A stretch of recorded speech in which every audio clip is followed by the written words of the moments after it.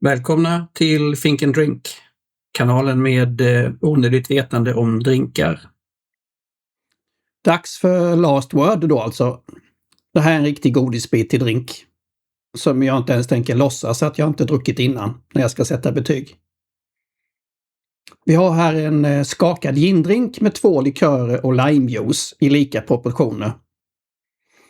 Och för en gångs skull har vi en cocktail vars ursprung alla ser ut att vara överens om. Och vad man är överens om är att ingen egentligen vet vem som är upphovsperson eller när den skapades. Lika överens är man om att första skriftliga referensen om Last Word finner man i en medlemstidning för Detroit Athletic Club från 1916. I tidningen är den upptagen i en lista med cocktails, fast utan recept, bara vad den kostade, 35 cents, som var det dubbla mot andra drinkar i den listan. De 2 likörerna kanske bidrog till det priset. Men namnet Last Word, ja då brister konsensus lite.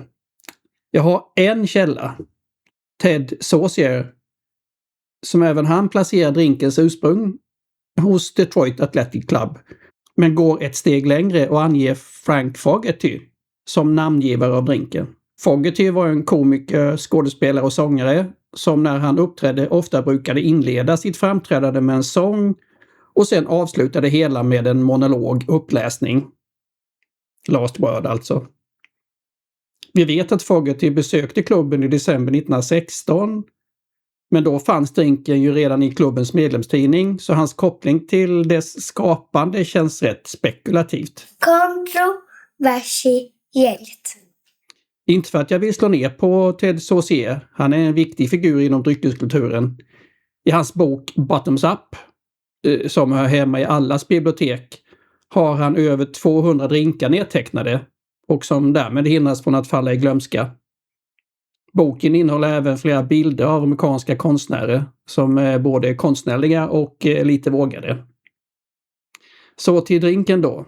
Jag väljer, som vanligt höll jag på att säga, Stockholms Bränneris Dry Gin med grön chartreuse som jag har en del att säga om, men det sparar jag till Take 2-avsnittet av Last Word. Luxardos Maraschino likör, som jag precis lärt mig ska uttalas just Maraschino. Och till slut limejuice. IBAs recept säger lika delar av alla 4 ingredienserna, men just för den här drinken frångår jag mina regler att följa IBA slaviskt och minska limejuicen en aning. Jag har ju redan avslöjat att jag gillar den här drinken. Litet stick av spriten med en bra balans mellan sött och surt. Viktigt, för mig åtminstone, är att inte låta isen man skakar med vattna ur för mycket. Det kan inte bli annat än 6 av 6 i betyg för den här. I Take 2-avsnittet ska jag ersätta chartreusen med en annan likör av en anledning jag kommer att berätta om i det avsnittet. Så tills dess, skål och mixa lugnt!